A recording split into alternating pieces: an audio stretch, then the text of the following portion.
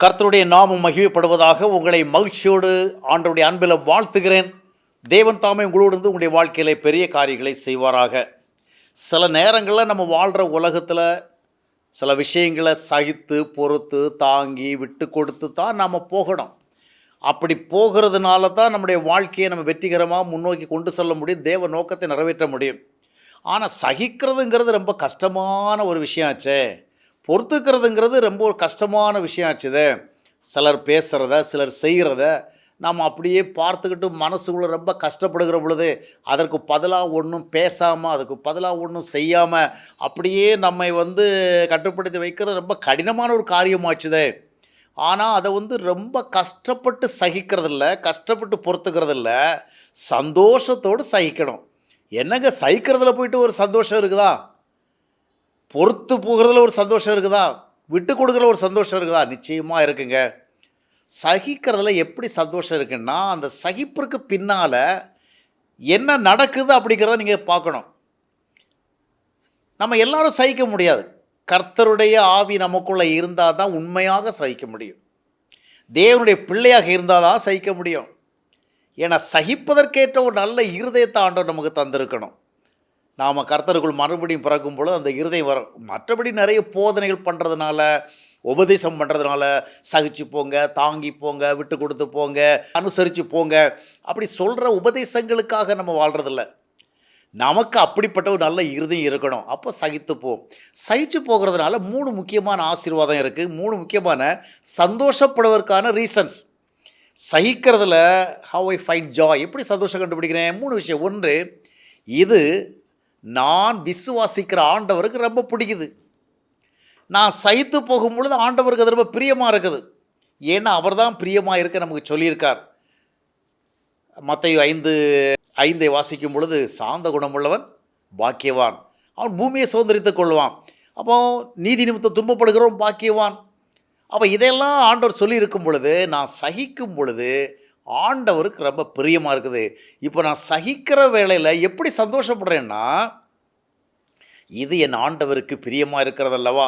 அப்போ நாம் ரொம்ப விரும்புகிற ஒருவருக்கு ஒரு காரியம் பிரியமாக இருக்கும் பொழுது அதை செய்கிறதுல கொஞ்சம் சிரமம் இருந்தால் கூட, சிரமமானது செஞ்சாலும் அதனால் ஹீ இஸ் மச் ப்ளீஸ்ட், அவருக்கு ரொம்ப பிரியமானு சொன்னால், by that we can have more joy, ரொம்ப சந்தோஷம் வரும். சகிக்கிறது ஏன் சந்தோஷம்னா, நான் யாருக்காக இதை சகிக்கிறனோ அது அவருக்கு ரொம்ப பிரியமாக இருக்குது.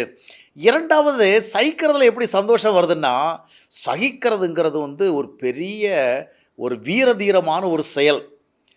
நம்ம எதுக்கெடுத்தாலும் ரியாக்ட் பண்ணிக்கிட்டு, எதுக்கெடுத்தாலும் பதில் பேசிக்கிட்டு, எதுக்கெடுத்தாலும் பதிலுக்கு பதில் செஞ்சுட்டு, விட்டு கொடுக்காமல் பொறுத்து போகும் பொழுது நாம் நினைப்போம் பெரிய வீரர்கள் சூரர்கள்னு.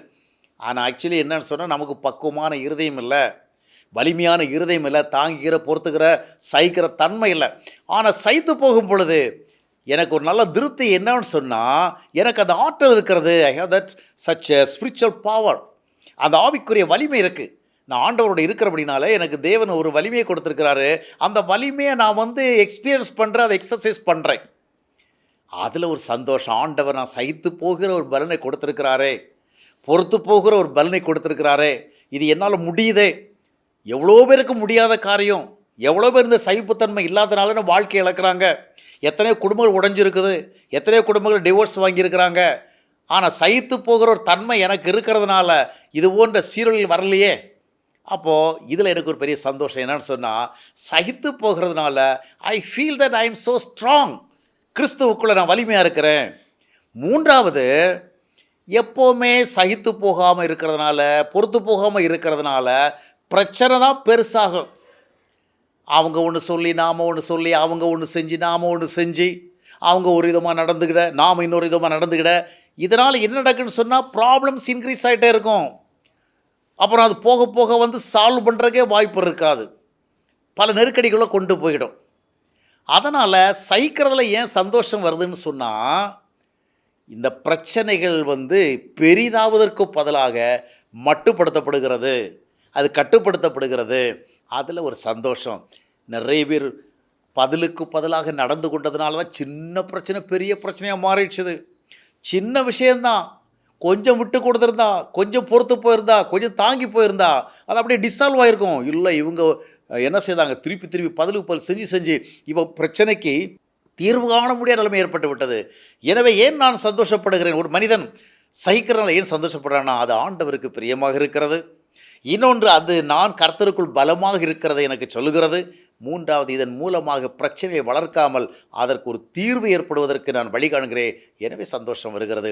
ஆம், சகிப்பதில் இந்த விதமான ஒரு பெரிய சந்தோஷம் இருக்கிறது. அந்த சந்தோஷத்தை கர்த்தர் தாமே உங்கள் ஒவ்வொருவருக்கும் கொடுத்து உங்கள் ஒவ்வொரு விசேஷமாக ஆசீர்வதிப்பாராக.